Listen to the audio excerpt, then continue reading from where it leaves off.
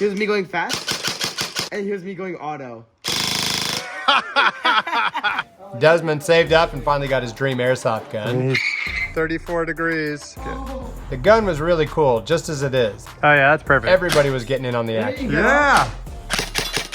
But there was one upgrade he really wanted to add. $60 tracer, so the BBs will glow at night. The only problem? We can't install the tracer unless we remove the old tip, which includes that orange ring on it. It should have been straightforward. There's 2 tiny set screws, and I worked on those for about an hour before I could get them out. By the time I was done, the Allen wrench was mangled.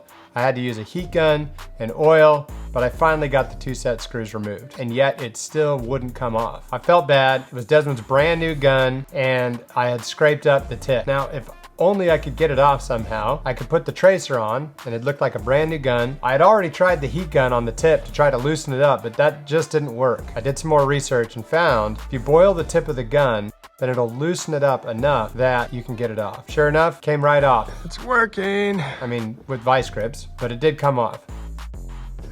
Beauty. With the tip removed, I was finally able to install the tracer, and man, it looks awesome. Hang on.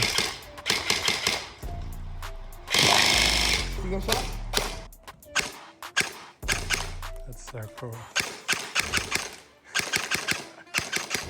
All right, here's me going slow.